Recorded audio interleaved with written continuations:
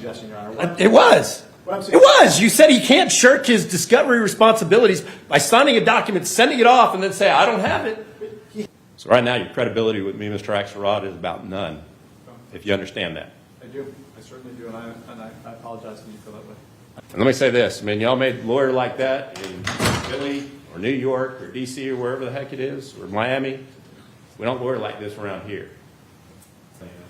The subpoena that Mr. Friedman served on Ralph Otto and the entire civil board fleet that he did not share with us, I can share that with you too. Your Honor, if I may respond to that, my cover email to Mr. Otto states, it is our understanding that you may be arriving in Florida to testify. When you land, we intend to serve you with a trial subpoena requiring your attendance, and that requires you to bring certain documents with you when you testify. To that end, we are attaching a courtesy copy of our intended subpoena in advance so that you can have more time to gather the documents, and then when served, it will make compliance easier for you. We then ask him to tell us when he's arriving to make it more convenient for him and the process server, or ask if he will accept it over email. This was not service of a subpoena. This was service of a courtesy copy so that when he landed, we would hand it to him, and then we would bring it to your attention to say, and to them, and to say, hey, we have now tagged Mr. Ralph Otto in Florida with tag jurisdiction. He now has a valid trial subpoena to produce documents to us. We were never able to tag Mr. Otto, and so we never ended up serving the subpoena. I was very clear it was a courtesy copy. So I take issue with Mr. Axelrod's half disclosure to the court about what I did. Also, Your Honor, I must take a moment to correct. Before you do that, is that what the cover letter said?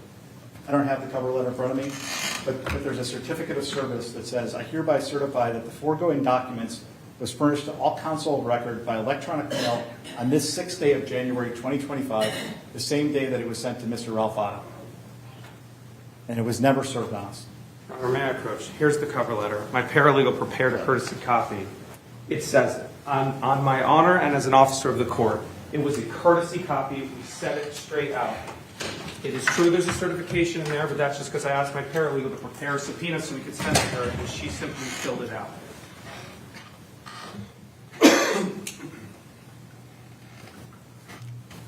Your Honor, also, if I may just, I feel compelled to simply correct the record because my client has been labeled a liar over and over again. The document, Mr. Young said it was a wet signature, and as you'll see on the document, it is not signed by Helios Global, which means, as Your Honor pointed out, he executed it and then sent it, he mailed it back to Helios Global for execution. So he did not have it to produce in discovery. My client has never lied in this litigation, and in fact, when asked about whether he signed an agreement with Helios Global, admitted it on the stand. Mr. Axelrod was not prepared for that admission, went to... Buckle up, because this courtroom hearing goes off the rails almost instantly. What starts as a debate over discovery documents quickly turns into a serious credibility battle when the judge openly questions one attorney's honesty. Both sides accuse each other of hiding evidence, twisting the facts, and violating courtroom rules. Within minutes, it's clear this isn't just another legal dispute. Someone's reputation is on the line, and the judge is determined to uncover exactly who's telling the truth. Impeach him after there was nothing to impeach. And if the court looks at the transcript, you'll hear my objection. He says, I'm going to impeach him. And I said, what are you going to impeach him for? There's nothing to impeach. So he has told the truth over and over and over again. The only thing he hasn't told the truth about is that he didn't know that as of 2022, Helios dropped his security clearance. He had no idea. CNN knew and failed to produce those documents to us when they obtained the documents from Helios Global. And, Your Honor, then when the court inquired about how CNN obtained these documents, CNN lied again by saying it was just luck, that it was just sheer luck that we got it. It was not sheer luck, Your Honor. It was the secret subpoena that was sent out. And, excuse me, when the court looks through the questioning that you've just seen, you will see that Mr. Axelrod left the jury with the impression that Mr. Young was doing contracting work with Helios Global, something he knew was not true, and which echoes the statements he made to you about Mr. Young committing a fraud on the court, which of course is not true as well. So, you know, and in terms of not listing Helios Global as a witness, of course we didn't, because we didn't have this document, Your Honor. And so this document was obtained outside the bounds of discovery. It was hidden from us. It was thrown at us as a surprise. We are now prejudiced, and the relief we're looking for, quite frankly, Your Honor, is conservative in my view. They were not prejudiced, Your Honor. And Your Honor, they put an expert on the stand yesterday that said he still has a security clearance, he's grateful, he can do all the work he wants. They knew it's not true. They had their expert get on the stand and say, he's got a security clearance, no problem, he can get work. They knew it was not true. We did not, they did. That is false. Mr. Young testified he still has a security clearance. We had no idea that that's not true. Your Honor, if I may, they knew it's not true because Helios Global told them it's not true on January 2nd, 2025. In their letter, they said, we retained Mr. Young's clearance through approximately November 2022 in the event these requirements reemerged. But they did not. Ultimately, we administratively dropped Mr. Young from our security clearance roles, thus ending any relationship/affiliation. So CNN knew that there was no security clearance in place, something we didn't know because we didn't have this communication. Well, they knew he didn't have it through Helios Global. Correct. Well, that's true, Your Honor, but that is, Mr. Young testified he has it through no one else, and what his testimony on the stand was that Ian Conway did him a solid by keeping his security clearance, and I hope I still have it, if I remember correctly. I'm trying to remember. So clearly, Mr. Young's testimony was the security clearance is through Helios Global. And that was the only evidence that there was a security clearance. CNN knew that relationship ended, knew Mr. Young did not know that relationship ended, had proof of it and failed to disclose it to the other side, and then put an expert on the stand to say he still has it. Your Honor, I'm not sitting here asking for sanctions. I'm just saying we have been massively prejudiced, and we should be able to clear the record. The jury should not be misled. Your Honor, you can't be prejudiced by introduction of a document. The tension only gets worse from here. The defense fires back, insisting their client has been truthful from the very beginning, while accusing the opposing side of keeping critical evidence hidden until the last possible moment. As arguments over security clearances, missing documents, and surprise evidence unfold, the judge listens carefully, knowing that one wrong statement could completely change the direction of the trial. Every answer raises another question, and the pressure inside the courtroom keeps building. Document that you knew existed. And you already found in the spoliation order that as of December of 2021, Mr. Young knew he was going to be bringing this lawsuit or was contemplating it. You can't get around your discovery obligations by signing a document, then sending it off and saying, I no longer have it, can't produce it. That's what happened here. He got the contract. I sign a document, send it off. It's within a company's possession, custody, or control. What is my discovery obligation to go to their records, dig through their files, and find a copy of a document I signed several years ago? But that's not what I was suggesting, Your Honor. It was. It was. You said he can't shirk his discovery responsibilities by signing a document, sending it off, and then say, I don't have it. He had it, is what I'm saying. I get the court reporter to read back exactly what you said, but I think I verbatim said exactly what you said. Your Honor, the point I'm trying to make. I'm tired of these blatant misrepresentations that are being made, and they're being made by both of y'all. And maybe they're not 100% lies, maybe they're leaving out a little bit of the truth in making representations so you can carefully say, well, I didn't exactly say that. But you said he's lied to it because he doesn't have any work, but you had no proof that he had work because you're arguing that he signed a security agreement so they could hold his security clearance. But I didn't lie and say he had work. All right, we're taking a break. I'm going to go read this real quick. Let me ask you one last question, Mr. Axelrod. You said, we were going to call Helios Global or whoever it was from there as a potential rebuttal witness. And that's why we served a subpoena. We didn't need to list a rebuttal witness on our exhibit list. But you also had production of documents from non-parties. I remember reading 2 motions to quash that verbatim said Rule 1.351 expressly provides the rule that is the exclusive procedure, in quotes, the open quote, exclusive procedure, close quote, for obtaining documents from non-parties without a deposition.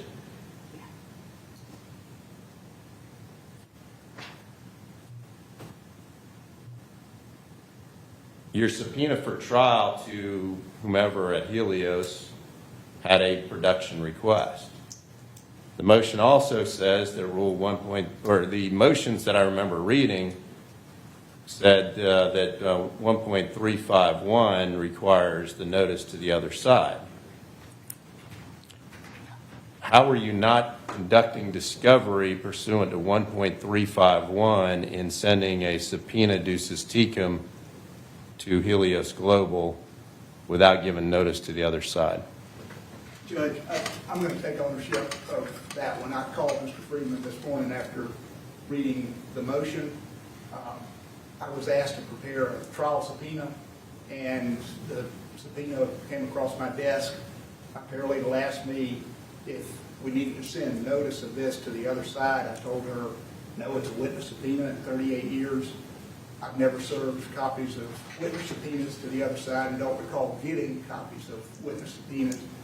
I was looking at it as a witness subpoena, not a document production request. There was a ducis tecum component to it. I don't recall seeing it, but it was there, and I'm responsible for that. So if the rule requires notice of a witness subpoena that has a document production request to it, that's on me, and I take responsibility for that. And I told Mr. Freeman that. All right, well, and Mr. Axelrod made the representation that fortuitously we ended up just falling into our lap at the last minute. But it wasn't fortuitous because it was pursuant to that witness subpoena. That is true. Mr. McManus did send it, but we did want him to come testify. That is correct.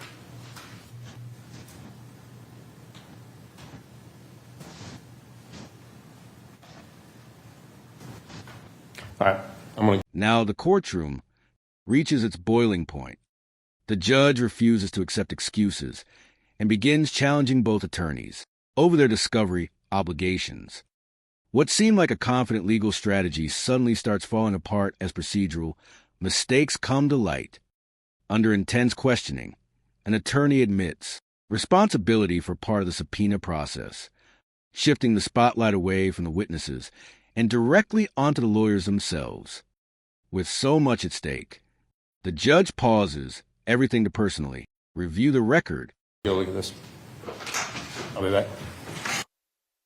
All right, I went back through and I was reading the trial transcript that preceded the sidebar and then adjourning with the jury and the discussions that we had with the Helios document that was handed, what was it, 589? I think Defense 589 was the document that was handed to Mr. Young during the cross-examination.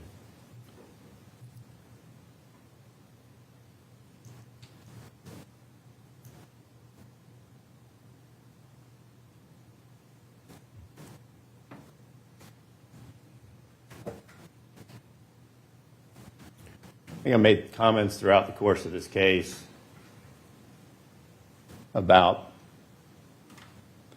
how counsel was conducting themselves,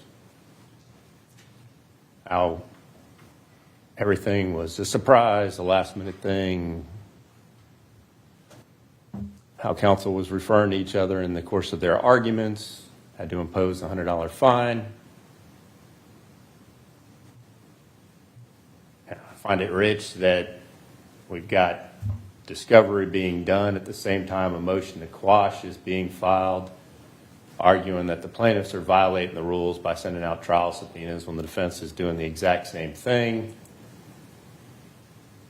We have representations being made to the court that we were just fortuitous to get this. It wasn't fortuitous. It was you were doing the same thing that the plaintiffs were doing and sending a trial subpoena for documents without notice to the other side in violation of Rule 1.351 that y'all cited in a couple motions. And just saying that this showed up in our lap. You represented me this morning. We didn't accuse them of anything, of having anything beyond a security agreement. But that was clearly the implication that was being made when we were arguing about the document because you wanted to impeach him with it, despite the fact he admitted to signing a security document. Then you changed it. We want to use it substantively, and it got admitted into evidence. And it was admitted into evidence under the under my Binger analysis of something that, there's not prejudice to the other side, was primarily the reason. Had I known it been discovery. After carefully reviewing the transcript, the judge returns with a decision that changes the entire tone of the hearing. He explains that the disputed document should never have been admitted the way it was, exposing serious concerns about how the evidence was obtained and presented.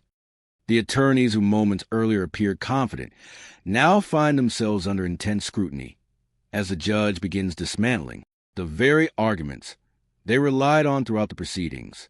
Being conducted after the deadline, there was no way in hell that the document would have been admitted into evidence.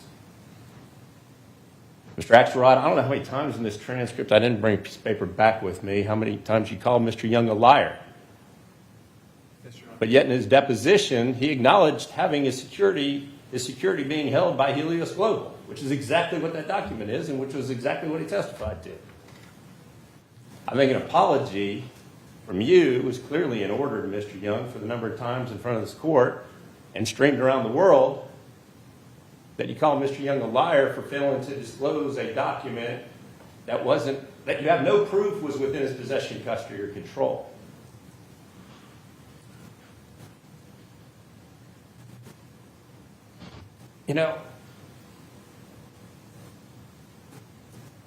Everybody here, I don't know how much money we're clicking off an hour in lawyer bills in this case, and how much credentials the lawyers have in this case.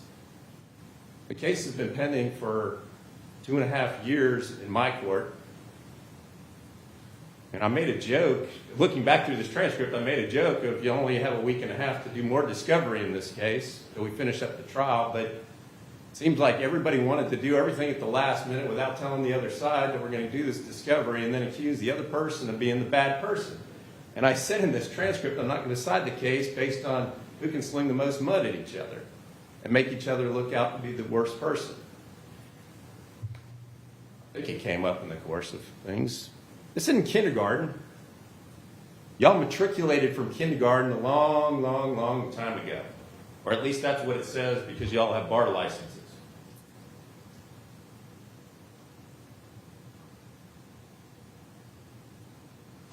I'm troubled by all of this that happened. The easiest thing and the clear thing I'm doing is I'm permitting you to call Mr. Conway and get him here to testify. This is where the courtroom delivers one of its strongest moments. The judge openly criticizes the repeated accusations made against Mr. Young, making it clear that the evidence doesn't support calling him a liar. He expresses frustration with the lack of professionalism shown throughout the case and reminds both sides that winning a lawsuit never justifies misleading the court or attacking someone's credibility without solid proof. The entire courtroom falls silent as the message sinks in. Rebuttal. But I'm overly concerned with the level of professionalism or lack thereof that's here. I'm overly concerned. I mean, the transcript of what I read, we said at sidebar when we were arguing after we excused the jury, conflicts, Mr. Axelrod, with the argument you made today to me. The argument you were making when we were arguing about the document last week, you were suggesting that, we got the smoking gun. This is the crucial document in our case. I don't know how many times I've heard that from both sides in this case. Or the crucial witness. I think every document, the thousands of documents we have in evidence in this case, are the crucial documents.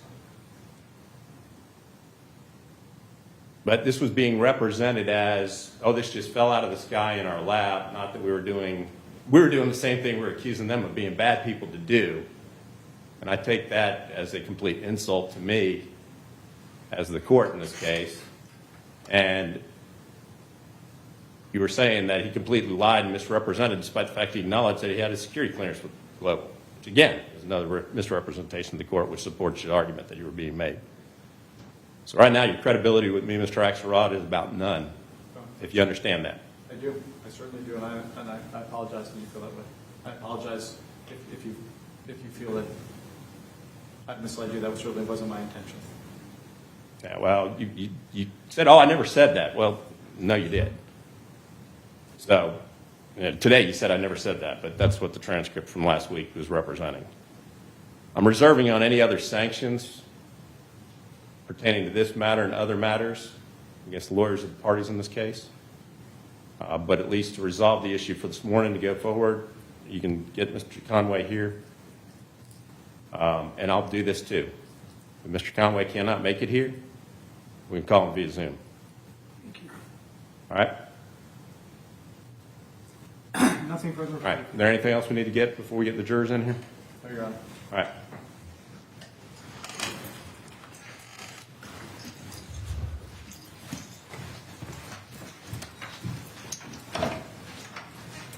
And let me say this, I mean, y'all made a lawyer like that in Philly or New York or DC or wherever the heck it is, or Miami. We don't lawyer like this around here. Y'all may have handled some big cases. We're not going to play the shenanigans anymore in this case. Y'all both understand that? Yes, sir. Yes, sir. And I'm upping the fine for personal insults to $1,000 per time from $100.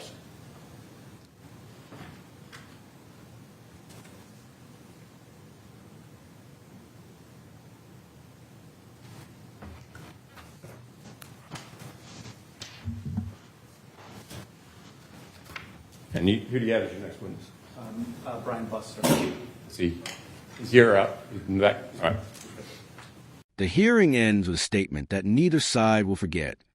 The judge declares that one attorney's credibility has been nearly destroyed, warns that additional sanctions are still being considered, and makes it absolutely clear that these courtroom tactics will not continue in his courtroom. He even increases the penalty for personal insults tenfold, sending a powerful message about professionalism and respect inside the justice system. If you enjoyed this courtroom breakdown, make sure to like this video, subscribe to the channel for more real courtroom moments, and turn on notifications so you never miss another case. Thanks for watching, and we'll see you in the next video.